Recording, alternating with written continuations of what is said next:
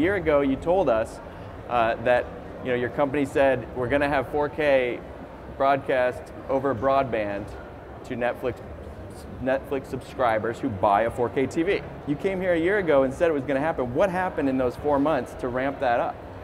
Well, one of the things that happened is that we switched from using AVC 264 encoding to using HEVC 265 encoding, which is a little more efficient. And we spent a lot of time and energy making sure that the encoding recipes were really tight. We could get the thing done effectively. And then we extended the adaptive streaming we have. Adaptive streaming is about starting quickly at a meaningful bandwidth, right, and then gradually shifting up through the levels to the highest quality that your equipment, your network connection can sustain. So don't stutter, just ramp up the quality. And so we added some steps onto the adaptive streaming so that you could go from 720 to full HD to almost 4K to 4K to, there's 2 different levels of 4K encoding, in fact. This jump, though, required a hardware tweak on the receiving end. Like, people needed a specific piece of hardware to even see the 4K TV. Forget the 4K panel, they needed a chip inside. Was that a big burden? Was that a hard decision? Yes and no. There was no question in anybody's mind that delivering 4K picture with 264 was possible, but it wasn't the right way to go. And so when we saw the prototype televisions in 2013, they did not yet have the HEVC 265 decoders in. And so some of those manufacturers did add-on hardware later that year. But the 2014 TVs essentially all recognized they needed to build in the new decoders in order to be able to support the kind of video we wanted.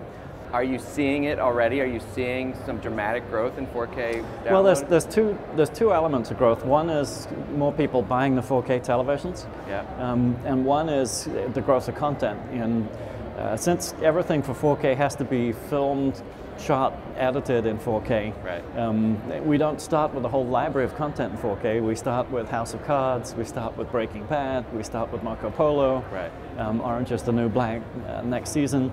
All the new originals going forward will be shot in 4K. 4K was the big message last year. I think this year the message is there's something more to television than pixels, and that is the color depth, the color range. Right.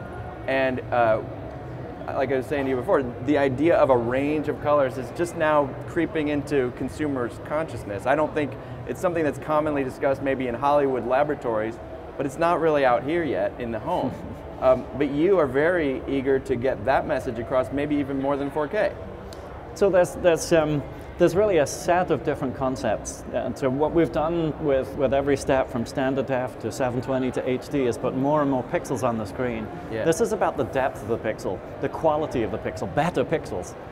And so that's the new revolution. We've basically got, with 4K, we've got pixels that match or exceed the resolution of the receptors in your eyeball. When you talk to someone at Warner Brothers or Fox, somebody in managing production of other TV shows that you guys aren't involved with, you now can kind of say, hey, look, we've got a proof of concept, we know what we're talking about, we're not just some streaming company that's trying to tell you what your job is. Is that? Absolutely, yes.